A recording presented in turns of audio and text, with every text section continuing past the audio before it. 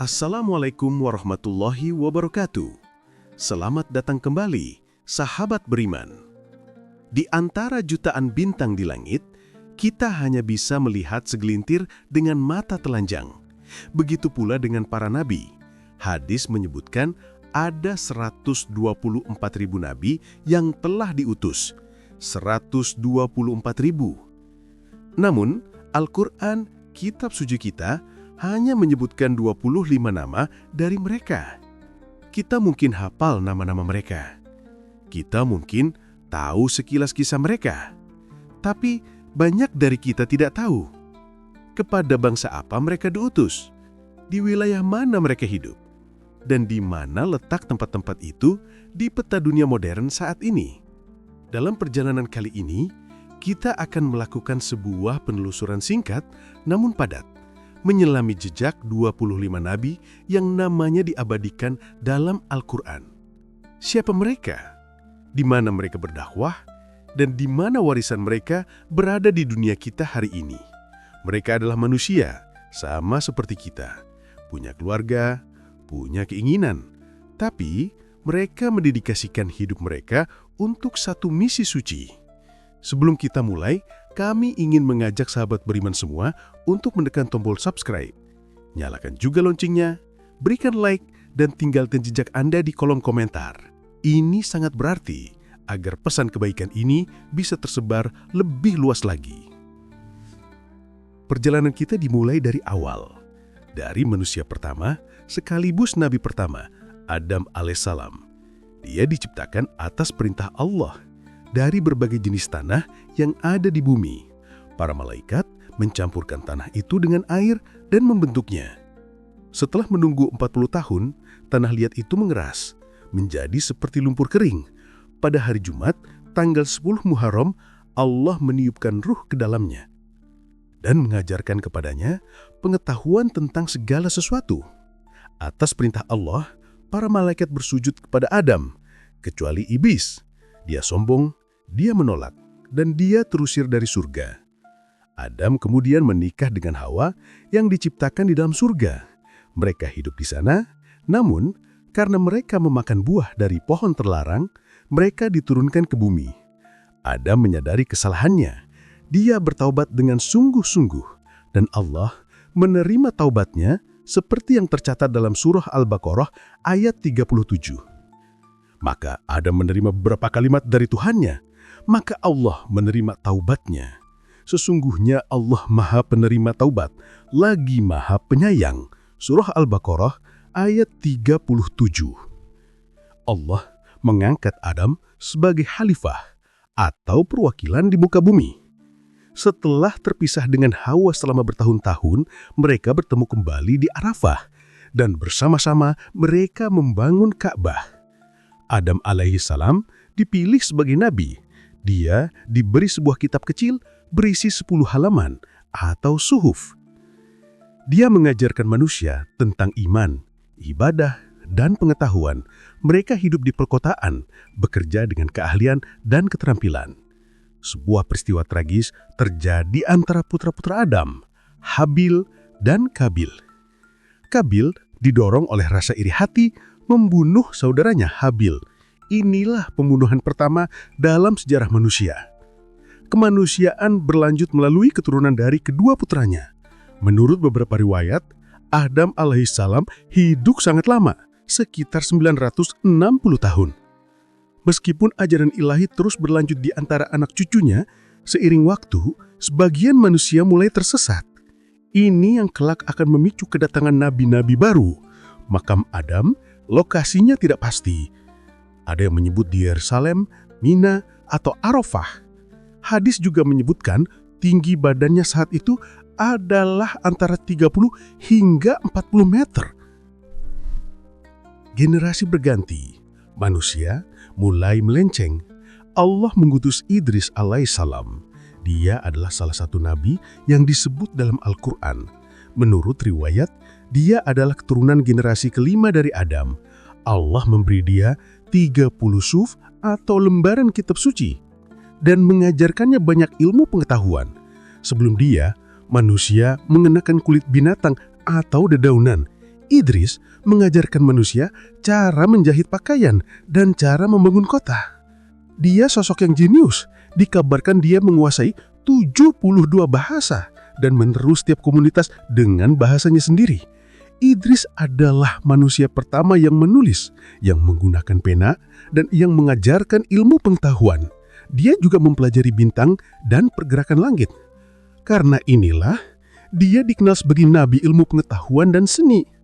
Dia hijrah dari Babelonia di Irak modern saat itu ke Mesir dan hidup di sana selama bertahun-tahun.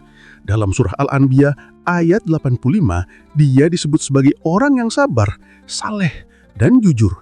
Al-Quran mengatakan, وَرَفَعْنَهُ مَقَامًا عَلِيًّا, dan kami telah mengangkatnya ke martabat yang tinggi. Surah Al-Maryam 19:57.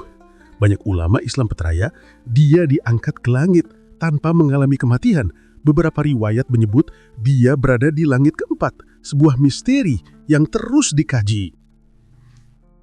Setelah era Idris alaihissalam, penyembahan berhala kembali merebak. Dosa-dosa seperti ketidakadilan dan amoralitas menjadi umum. Disinilah Nuh alaihissalam diutus. Sejarawan Islam menyebutkan dia diutus ke wilayah Mosul di Irak modern saat ini. Kaumnya adalah penyembah berhala dari Mesopotamia. Nuh diangkat menjadi nabi pada usia 50 tahun. Dia mengajak kaumnya untuk beriman kepada Allah dan meninggalkan berhala selama 950 tahun, waktu yang sangat-sangat panjang. Namun hasilnya apa? Hanya segelintir orang yang beriman kepadanya. Sebagian besar kaumnya menolak, mengejeknya, dan memperlakukannya dengan buruk. Ketika Nuh sadar mereka tidak akan pernah beriman, dia berdoa kepada Allah. Kemudian Allah memberitahunya tentang banjir besar yang akan datang. Atas perintah Allah, dia membangun sebuah kapal besar. Kapal besar di tengah daratan, sebuah pemandangan aneh yang menjadi bahan tertawaan kaumnya.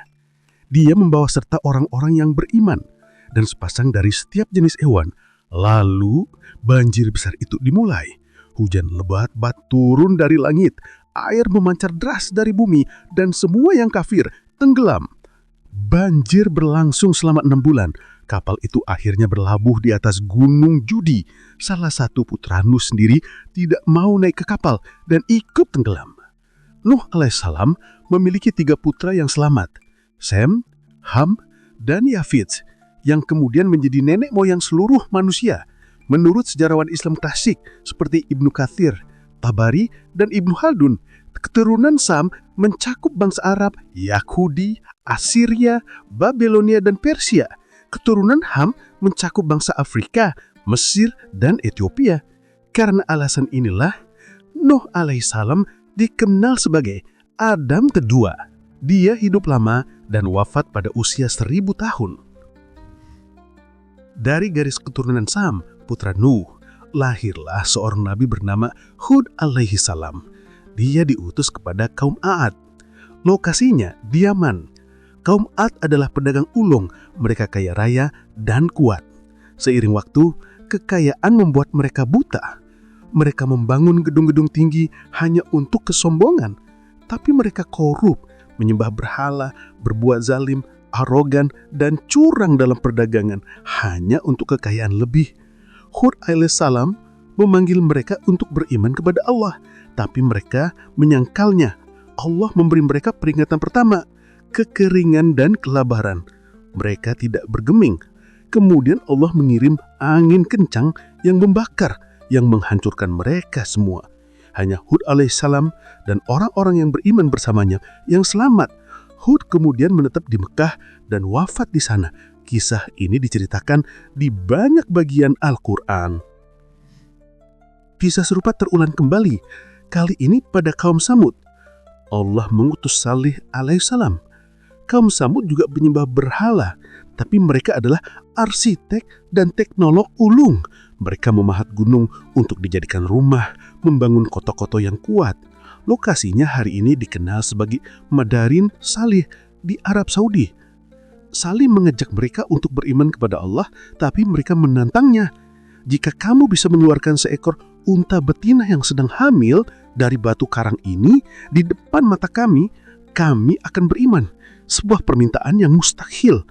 Salih berdoa kepada Allah dan sebagai mujizat, sebuah batu karang besar terbelah dan keluarlah seekor unta betina besar di depan mata semua orang.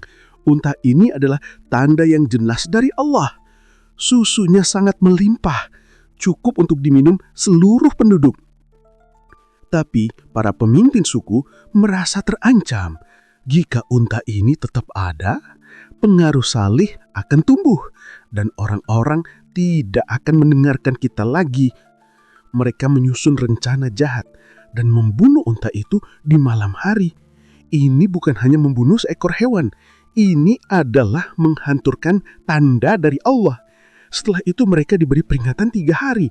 Selama waktu itu, Salih dan para pengikutnya meninggalkan kota. Pada hari ketiga, suara yang Harun alaihissalam adalah seorang nabi yang diutus kepada Bani Israel dan saudara laki-laki Musa alaihissalam. Dia memiliki hati yang lembut, berbicara dengan jelas, dan menjelaskan hal-hal dengan bijak. Bahkan, lebih baik daripada Musa dalam berbicara. Dia lahir di Mesir dan tumbuh di bawah penindasan Fir'aun.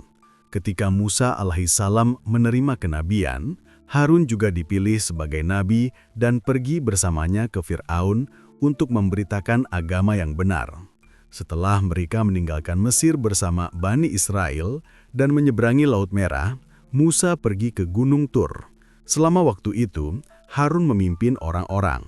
Namun, orang-orang disesatkan oleh Samiri dan mulai menyembah patung anak sapi emas. Meskipun Harun memperingatkan mereka, dia tidak bisa menghentikan mereka sepenuhnya. Dia tinggal bersama kaumnya di Gurunti selama bertahun-tahun dan wafat sebelum Musa. Dikatakan bahwa dia dimakamkan di sebuah gunung yang dikenal sebagai Jabal Harun. Daud alaihissalam adalah seorang nabi dan raja yang diutus kepada Bani Israel. Dia berasal dari keluarga Yakub alaihissalam dan ayah dari Sulaiman alaihissalam. Dia lahir, hidup, dan wafat di Yerusalem. Dia diberi kitab Zabur dan memiliki suara yang sangat indah dan kuat. Dia bertempur di pasukan Talut dan membunuh Jalut atau Goliat yang membawanya menjadi raja. Dia memerintah dengan keadilan, menjadikan Yerusalem sebagai ibu kota dan menaklukkan banyak negeri. Salah satu mujizatnya adalah membentuk besi tanpa api. Dia biasa berpuasa di siang hari dan beribadah di malam hari. Dia disebutkan di banyak bagian Al-Quran. Sulaiman alaihissalam, Allah memberinya pengetahuan besar, kekuatan unik, dan kerajaan yang luas. Al-Quran menggambarkannya sebagai penguasa yang adil dan seorang nabi yang bisa memerintah angin dan berkomunikasi dengan hewan dan jin. Dia lahir di dekat Yerusalem. Angin dan hewan berada di bawah komandonya. Dia memerintah dengan bijak, menyelesaikan Masjid Al-Aqsa, dan mendukung ilmu pengetahuan dan seni. Jin bekerja untuknya, membangun istana, kastil, dan patung, menyelam di lautan untuk membawa mutiara, dan melayani di kerajaannya. Burung hudhud memberitahunya bahwa orang-orang Saba, termasuk Ratu Balkis, menyembah matahari. Sulaiman mengundangnya ke Islam. Ketika Balkis datang ke istananya, dia membawa singgasananya secara instan. Setelah melihat keajaiban di istananya, Balkis berkata, "Tuhanku, aku telah menzolimi diriku sendiri. Sekarang, aku berserah diri bersama Sulaiman kepada Allah, Tuhan semesta alam." Sulaiman berpergian dengan angin, memahami bahasa hewan, dan memiliki hewan dan jin di pasukannya. Di akhir hidupnya, dia meninggal sambil bersandar pada tongkatnya, dan tidak ada yang tahu sampai tongkat itu patah dan dia jatuh. Ini menunjukkan kepada jin bahwa mereka tidak tahu hal yang gaib. Ilyas alaihissalam diutus kepada Bani Israel di wilayah Libanon modern saat ini. Menurut beberapa riwayat, dia berasal dari garis keluarga Harun alaihissalam. Bani Israel pada waktu itu menyembah dewa palsu bernama Baal. Ilyas mengundang mereka untuk menyembah Allah saja, tapi mereka menolaknya. Akibatnya, kelaparan dan bencana dimulai. Kemudian ketika orang-orang bertaubat dan beriman, Ilyas alaihissalam berdoa kepada Allah. Hujan turun dan berkah kembali. Tapi setelah beberapa waktu, orang-orang tersesat lagi. Mereka kembali ke syirik, amoralitas, dan penyembahan Baal. Ilyas memperingatkan mereka lagi, tapi kali ini penolakan mereka lebih kuat. Selama periode ini, Ilyas alaihissalam secara ajaib menyembuhkan anak laki-laki yang sakit di sebuah desa bernama Alyasah. Alyasah percaya kepadanya dan kemudian menjadi nabi setelahnya. Alyasah alaihissalam disebutkan 2 kali dalam Al-Quran. Dalam Taurat, dia dikenal sebagai Elisa. Dia melanjutkan misi Ilyas alaihissalam, memanggil kaumnya untuk beriman kepada Allah dan menyembahnya. Tapi, orang-orang tetap tersesat untuk sementara waktu. Alyasah sabar dan teguh dalam usahanya. Dia dikenal sebagai pemimpin yang adil dan nabi yang kuat. Akhirnya, untuk sementara waktu, kaumnya kembali ke jalan kebenaran. Dia diberi mujizat, seperti menyembuhkan orang sakit dan membuat makanan dan minuman melimpah di saat masa kelaparan dengan berdoa kepada Allah. Ketika Bani Israel menjadi tidak taat lagi, Allah mengirim bangsa Assyria untuk menghukum mereka. Meskipun Alyasah membantu kaumnya dengan mujizatnya, sebelum dia wafat, dia menunjuk Zulkifli alaihissalam sebagai penggantinya atas perintah Allah. Yunus alaihissalam diutus sebagai nabi ke kota Niniwa, ibu kota kekaisaran Assyria di Irak modern. Penduduk Niniwa menyembah berhala. Yunus alaihissalam memperdekan tauhid selama bertahun-tahun, tapi mereka menyebutnya pembohong dan menolak pesannya. Dia memperingatkan mereka akan hukuman Allah, dan Allah memberikan mereka waktu. Berpikir hukuman sudah dekat, Yunus meninggalkan kota, percaya itu adalah keputusan yang tepat. Tapi itu adalah kesalahan dalam penilaian, karena dia belum menerima izin dari Allah. Dia naik kapal saat badai besar. Undian dilakukan, dan namanya terpilih 3 kali. Dia dianggap sebagai penyebab masalah, dan dilempar ke laut. Seekor ikan besar menelannya. Di dalam kegelapan ikan, laut, dan malam, dia membuat doa yang tulus ini. La ilaha illa anta, subhanaka inni kuntu minadh-dhalimin. Artinya, tidak ada Tuhan selain Engkau, Maha Suci Engkau. Sesungguhnya, aku termasuk orang yang zolim. Al-Quran Surah Al-Anbiya ayat 87. Taubatnya yang tulus diterima. Ikan itu membawanya ke pantai dengan selamat. Dia cepat kembali ke Niniwa. Sementara itu, orang-orang merasakan hukuman yang akan datang setelah Yunus pergi. Mereka bertaubat bersama-sama dan berpaling kepada Allah. Ketika Yunus kembali, mereka menyambutnya dengan gembira dan memperbaharui iman mereka. Mereka menjadi satu-satunya komunitas dalam Al-Quran yang diselamatkan secara keseluruhan setelah pertaubatan massal. Pelajaran dari kisahnya, jangan pernah kehilangan harapan. Keputusasaan dilarang. Zakaria alaihissalam adalah seorang nabi yang diutus kepada Bani Israel. Dia bekerja sebagai tukang kayu dan melayani di Baitul Maqdis, Yerusalem. Dia merawat Maryam dan membesarkannya dengan karakter yang baik dan ibadah. Ketika dia melihat persediaan ajaib datang kepadanya di tempat doanya, dia terkagum dan membuat doa yang tulus. Dia memanggil Bani Israel untuk kembali ke Taurat dan mensucikan moral mereka. Meskipun dia sudah tua, Allah memberkatinya dengan seorang putra, Yahya alaihissalam. Kemudian, ketika Bani Israel menolak kelahiran ajaib Isa alaihissalam, mereka mulai menfitnah dan mencoba membunuh mereka yang mendukung dia. Zakaria melarikan diri, tapi akhirnya menjadi martir karena dia tidak menyetujui pernikahan yang melanggar hukum Raja Herodes. Kisah ini disebutkan dalam sumber Yahudi dan Islam. Dia meninggal di usia 34 tahun, mukjizatnya termasuk batu yang berbicara dan bintang-bintang terlihat di siang hari. Menurut pendapat yang masih terkenal, makamnya diperkirakan berada di dalam Masjid Umayyah di Damaskus. Isa alaihissalam salah satu dari perlu azmi dari Nabi yang diutus kepada Bani Israel. Dia lahir tanpa ayah. Ibunya adalah Maryam, seorang wanita yang soleh dan murni. Jibril alaihissalam datang kepada Maryam dalam wujud seorang laki-laki dan memberikan kabar baik tentang seorang anak dari Allah. Ketika dia terkejut, dikatakan kepadanya, Jibril berkata, "Demikianlah, Tuhanmu berfirman, hal itu adalah mudah bagiku, dan agar dapat kami jadikan suatu tanda bagi manusia dan sebagai rahmat dari kami, dan hal itu adalah suatu perkara yang sudah diputuskan." Al-Quran Surah Al-Maryam ayat 19. Maryam pergi ke tempat yang tenang dan melahirkan Isa di bawah pohon karma. Saat masih dalam buayan, Isa membela ibunya terhadap tuduhan orang-orang dengan mengatakan, "Aku adalah hamba Allah. Dia telah memberiku kitab dan menjadikan aku seorang nabi. Allah memberi Isa Injil. Dia utus untuk mengonfirmasi Taurat dan untuk memperbaiki keyakinan yang rusak dari kaumnya. Dia memiliki 12 murid, Hawariyun, yang mendukungnya dengan erat. Sebagian besar kaumnya menolaknya, meskipun ada mukjizatnya. Beberapa bahkan mengklaim dia adalah putra Allah. Sebuah keyakinan yang dianggap syirik dalam Islam. Ide ini diperkenalkan ke dalam kekristenan berabad-abad kemudian melalui pengaruh pendeta Romawi pagan. Al-Quran meresponi keyakinan yang rusak ini. Meskipun Isa alaihissalam menunjukkan banyak mukjizat, sebagian besar Bani Israel masih menolaknya. Mereka mencoba membunuhnya dan memberitahu tentara Romawi, tapi Allah tidak mengizinkan mereka berhasil.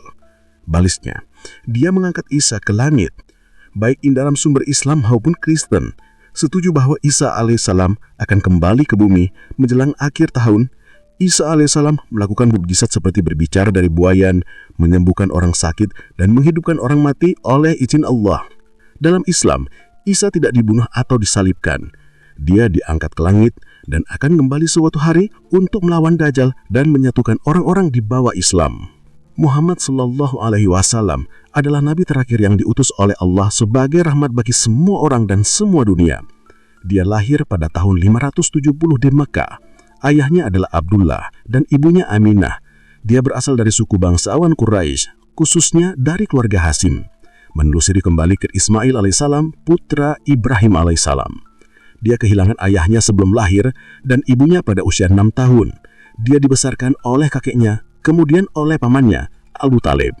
Di Mekah dia dikenal sebagai Al-Amin yang terpercaya. Dia tidak pernah menyembah berhala dan tidak pernah melakukan dosa apapun.